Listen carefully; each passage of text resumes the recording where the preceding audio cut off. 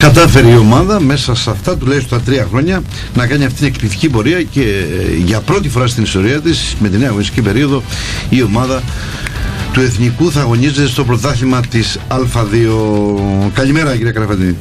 Καλημέρα σας και ευχαριστώ πολύ για την επικοινωνία που κάνουμε αυτή τη στιγμή. Η υποχρέωσή μας και συγχαρητήρια για την προσπάθεια που έχετε κάνει και σαν επιβράβευση βέβαια ήρθε η άνοδος για πρώτη φορά στην Α2. Αυτό νομίζω είναι κάτι που έτσι κι αλλιώς γράψατε ιστορία, δηλαδή αντικειμενικά από τη στιγμή που η ομάδα δεν είχε φτάσει ποτέ στην Α2, έτσι δεν είναι? Όπως είναι έτσι το μπάσκετ, όχι, παλαιότερα πριν 18-20 χρόνια ήταν στην παλιά Β' Εθνική, έτσι μπορώ να το πω, αλλά νομίζω όπως είναι τα δεδομένα του μπάσκετ τώρα αυτή τη στιγμή και στο επίπεδο που είναι το άθλημα από πλευράς εμπορικότητας, νομίζω ότι έχετε δίκιο, δηλαδή είναι μεγάλη αυτή η άνοδος. Λοιπόν, ποιοι ήταν οι παράγοντες που έφεραν αυτή την επιτυχία? Ο αρχικός παράγοντας που και όλα ξεκινάνε και τελειώνουν από εκεί πέρα είναι ο κύριος Βασίλης Ζέρβος βασικά. Ο κύριος Βασίλης Ζέρβος είναι ο ηγέτης αυτής της ομάδας, είναι ο επικεφαλής του τμήματος, είναι ο άνθρωπος που στην κυριολεξία έχει το τμήμα. Από εκεί και πέρα είμαστε μια ομάδα φίλων. Έχει γίνει τα τελευταία 3 χρόνια. Αυτό να σας εξηγήσω. Στα τελευταία 3 χρόνια, από τη στιγμή που ο κύριος Βασίλης Ζέρβος ανέλαβε την ηγεσία του τμήματος στην ΑΕΣΚΑΝΑ κατηγορία, και από τη στιγμή που μου ζήτησε, γιατί είμαστε και να πω αδελφικοί φίλοι, και από τη στιγμή που μου ζήτησε να τρέξουμε αυτό το τμήμα, δεν μπορούσα να το αρνηθώ. Αυτό που θέλω να τονίσω, ότι μαζί μας είναι και ο κύριος Μάνος Παγώνης, ο αντιπρόεδρος της Επιτροπής, και είμαστε μια τριάδα οι οποίοι είμαστε οπαδοί του Εθνικού, είμαστε φίλαθλοι του Εθνικού, δεν είμαστε ούτε καν παράγοντες. Τώρα προσπαθούμε να το κάνουμε και αυτό, δεν ξέρω αν μπορεί να μας βγαίνει κιόλας, γιατί το να συνδυάσεις το παραγοντισμό με τον οπαδό είναι λίγο δύσκολο και πέφτεις πολλές φορές σε λάθη τα οποία δεν μπορεί να τα αποφύγεις κιόλας. Αυτό ήθελα να σας πω, ότι αναλάβαμε πριν 3 χρόνια την ομάδα στην ΑΕΣΚΑΝΑ.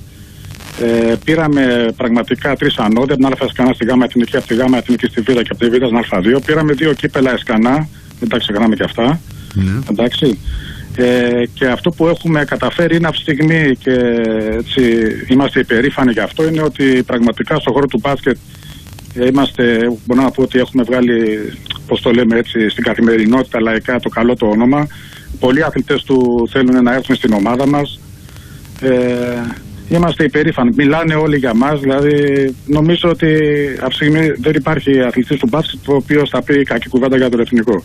Νομίζω ότι όλοι είναι περήφανοι που θέλουν να έρθουν στην ομάδα μας. Ναι. Λοιπόν, για πέστε μας τώρα, καταρχήν η υποδομή υπάρχουν τμήματα υποδομής στο μπάσκετ? Κοιτάξτε, είναι γεγονός ότι εμείς αναλάβαμε, εντάξει, τα πράγματα δεν ήταν τόσο καλά. Αναλάβαμε λίγα πράγματα. Αυτή τη στιγμή έχουμε καλές υποδομές, έχουμε τμήματα παιδικά, εφηβικά, έχουμε ό,τι μπορούμε να κάνουμε. Πήραμε μία άνοδο και στο εφηβικό, βγήκαμε πρωταθλητές στη ΓΑΜΑ εφήβων, πήγαμε στη Β' εφήβων. Έχουμε φοβερό γηπεδικό πρόβλημα. Όταν λέμε φοβερό, αυτό ήθελα να ρωτήσω. Είναι φοβερό για τα δεδομένα αυτής της ομάδας, η οποία αυτή τη στιγμή είναι στην Α2 εθνική κατηγορία. Μιλάμε όπου και να το πούμε, θα μας κυνηγήσουν, δεν θα το πιστεύουν. Είμαστε άστεγοι, είμαστε οι άστεγοι του μπάσκετ, στην κυριολεξία είμαστε οι άστεγοι του μπάσκετ. Διορθώστε με αν κάνω λάθος, αλλά θυμάμαι κατά τη διάρκεια της χρονιάς, διαβάζοντας έτσι τα ρεπορτάζ των συναδέλφων που καλύπτουν το μπάσκετ, ότι υπήρξαν και κάποιες αντικειμενικές δυσκολίες, ότι επειδή υπήρχαν τα προβλήματα του γηπεδικού, δεν είχατε την έδρα και όλα τα υπόλοιπα, ότι αναγκαστήκατε να δώσετε κάποια παιχνίδια. Κοιτάξτε, αυτή τη στιγμή είμαστε η μοναδική ομάδα στην Ελλάδα που παίζουμε εκτός έδρας κάθε Κυριακή. Αυτή τη στιγμή είμαστε εκτός έδρας κάθε Κυριακή. Ποιο γήπεδο έχετε δηλώσει έδρα? Έχουμε δηλώσει έδρα το γήπεδο του Κερατσινίου στο Φάρο. Ευχαριστούμε πολύ και τον κύριο Βαγγέλη Τσάπα, τον πρόεδρο του Φάρου, και τον πρόεδρο του Απολώνιου και τον Δήμο Κερατσινίου που μας έχουν παραχωρήσει. Διότι ο Πειραιάς δεν έχει γήπεδο. Είναι πολύ απλό. Δεν είναι ότι έχουμε γήπεδο στον Πειραιά και δεν μας το δίνουν. Δεν υπάρχει κλειστό στον Πειραιά. Δεν υπάρχει κλειστό. Υπάρχει ένα προπονητήριο στο Σαλπέας, το οποίο στιβάζονται εκεί πέρα ομάδες από τη Δέλτα ΕΣΚΑΝΑ μέχρι και τα Α2 που είμαστε εμείς, δηλαδή. Είναι φοβερό που αν καταλάβει, δηλαδή. Πραγματικά είναι ο ήρωας σε όλες οι ομάδες που ασχολούνται, αλλά στο επίπεδο, και το ξαναλέω χωρίς να έχω τίποτα με τις άλλες ομάδες, όλοι οι φίλοι είμαστε οι παράγοντες των άλλων ομάδων, όλοι πια παρέα είμαστε. Αλλά για το επίπεδο αυτό της Α2, αυτό που τραβάει ο Εθνικός, δεν υπάρχει προηγούμενο. Κάνουμε 1,5 ώρα προπόνηση, δηλαδή δεν γίνεται ούτε στα αεροτεχνικά σωματεία. Κάνουμε 2 φορές την εβδομάδα 3 ως Αλπίας, κάνουμε 2 φορές την εβδομάδα στο Κερατσίνι, κάνουμε στον Άγιο Κοσμά, κάνουμε στο Χρυσό του Σεφ στο προπονητήριο. Δηλαδή για το επίπεδο και για την ιστορία και για αυτό που αντιπροσωπεύει ο Εθνικός στον Πειραιά, νομίζω ότι εντάξει, τι να πω, δεν ξέρω. Ναι, τα λόγια περισσεύουν. Απλά, κύριε Καλυβατή, νομίζω είναι ευκαιρία τώρα όμως να πάρει μια πρωτοβουλία ο Εθνικός μαζί με τα υπόλοιπα σωματεία, και μιλάω για το Φίνικα, για Σοφιάς και τα υπόλοιπα που χρησιμοποιούσαν το πάλε ποτέ εδώ στο Παπαστράτιο, και για την κατάσταση που υπάρχει. Επειδή έχω κάνει ενημέρωση και έχω κάνει ήδη ραντεβού και το θέμα το παρακολουθώ στενά και προσωπικά, δηλαδή αυτή την ενημέρωση που είχα από τον κύριο Αθανασιάδη, τον Λεωνίδα, ο οποίος είναι στο θέμα για το θέμα του Παπαστράδιου. Από την περιφέρεια. Τα χρήματα έχουν εγκριθεί, αν δεν κάνω λάθος είναι 2,9 εκατομμύρια ευρώ. Έχουν εγκριθεί πέρυσι μαζί με άλλα πράγματα, μαζί και με άλλα θέματα. Όπως είναι και το γήπεδο του ποδοσφαίρου, όπως είναι και το γήπεδο στο ΣΕΦ και τα πάντα.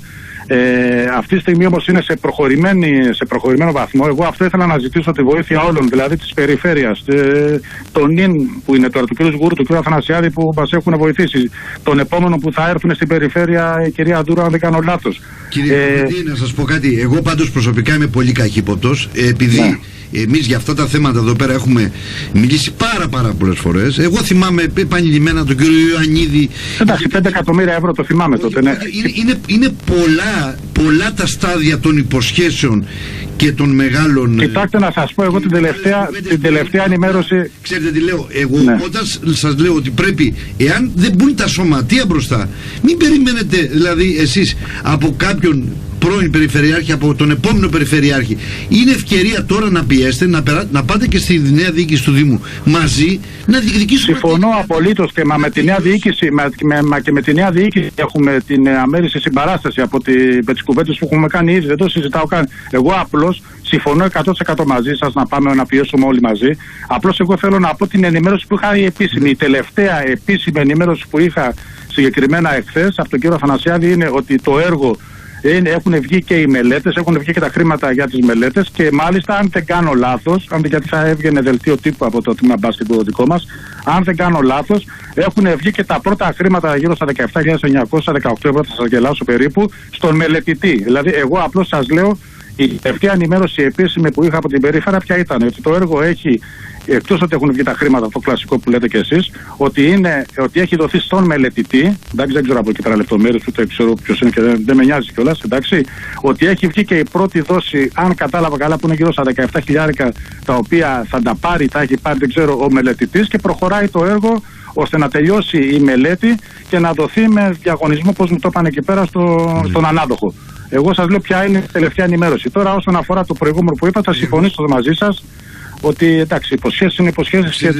Τα επαναλαμβάνουμε εδώ και έχει μαλλιάσει η γλώσσα μας, γιατί πραγματικά εγώ βλέπω, εντάξει, και εδώ θεωρώ ότι είναι η ανικανότητα των τοπικών αρχόντων και των βουλευτών του Πειραιά. Δηλαδή αυτό είναι κατάντημα όσον αφορά το κέντρο του Πειραιά για την έλλειψη ποδοσφαιρικών γηπέδων αλλά και κλειστών, και αυτό είναι μια ολόκληρη ιστορία, έτσι δεν είναι μια απλή. Μα είναι γεγονός, και στο ποδόσφαιρο και ο ποδοσφαιρικός εθνικός, από ό,τι μαθαίνω από τα παιδιά που είμαστε φίλοι, δεν έχουν ούτε αυτή γήπεδο. Είναι φοβερό το πρόβλημα. Δεν είναι. Και ξέρετε τι γίνεται. Εδώ δυστυχώς έχουμε αποδειχτεί κατώτεροι των περιστάσεων. Δηλαδή, εάν πάμε στα 3 χιλιόμετρα δίπλα μας, το τι έχει γίνει αυτή τη στιγμή στο Παλιό Φάληρο, εκεί. Στο Παλιό Φάληρο ήδη χτίζεται κλειστό. Ήδη κλείζεται κλειστό με λεφτά της περιφέρειας. Ήδη. Και αν δεν κάνω λάθος, το Δεκέμβρη τελειώνει Νοέμβρη. Να σας πω κάτι. Ακριβώς επειδή τα βλέπω κι εγώ, ξέρετε τι γίνεται. Δυστυχώς, αλλού προχωράνε πολύ πιο γρήγορα, πολύ πιο εύκολα γίνονται κάποια πράγματα. Κοιτάξτε, αυτό δεν ξέρω το λόγο. Τι να σας πω, πραγματικά. Εδώ πραγματικά δεν είναι ευθύνη δικιά των σωματιών, είναι και των σωματιών βέβαια.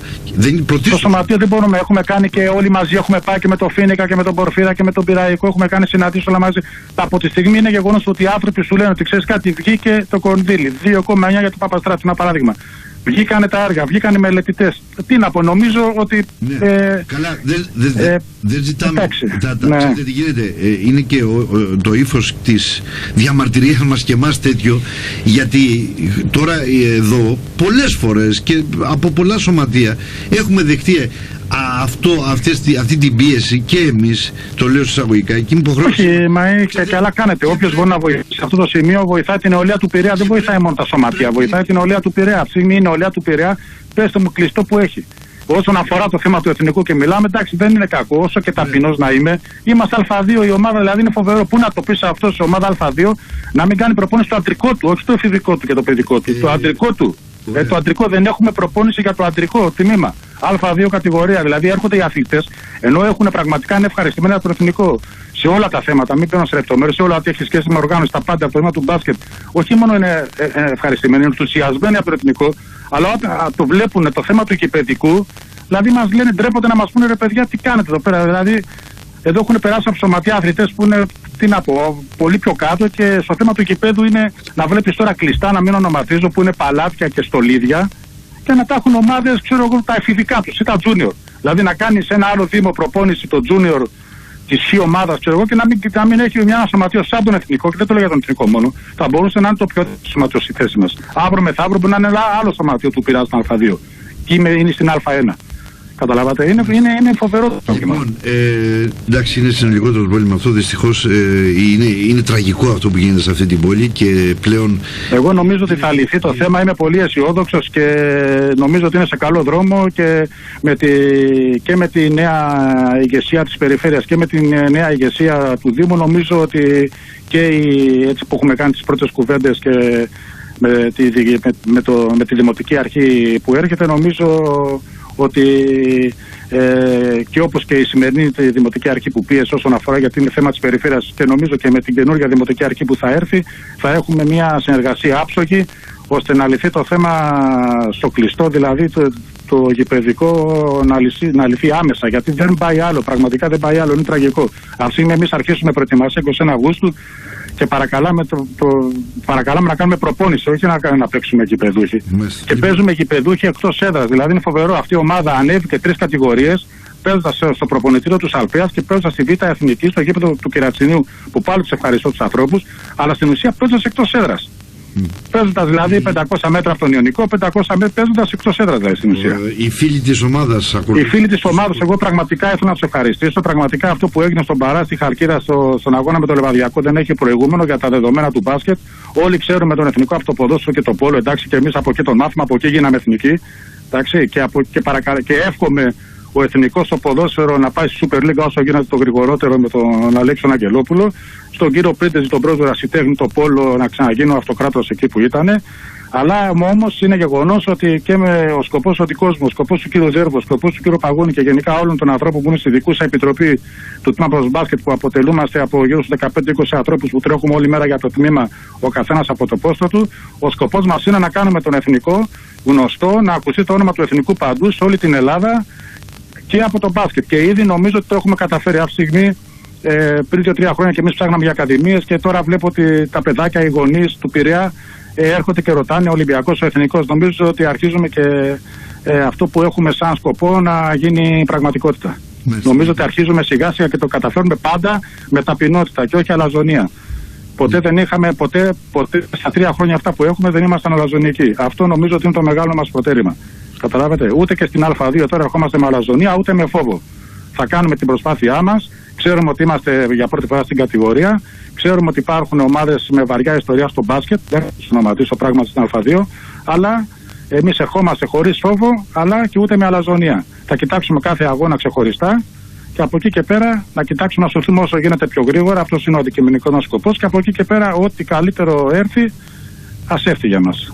Λοιπόν, να σας ευχηθούμε καλό κουράγιο, εγώ θα πω. Πραγματικά. Αυτό το καλό κουράγιο, πραγματικά, αυτό θέλω να ευχηθείτε. Πρώτα καλό κουράγιο, γιατί είναι το τρέξιμο πολύ μεγάλο πραγματικά. Δηλαδή, άλλες ομάδες τρέχουν και αγωνιούν για άλλα πράγματα και εμείς, εκτός από τα που έχουμε να τρέξουμε την ομάδα, να το πω έτσι όλοι, εντάξει, δυστυχώς τρέχουμε και για άλλα θέματα που έπρεπε να ήταν λυμμένα από χρόνια. Λοιπόν, να σας ευχαριστήσουμε που είχατε την καλοσύνη να συνομιλήσουμε σήμερα.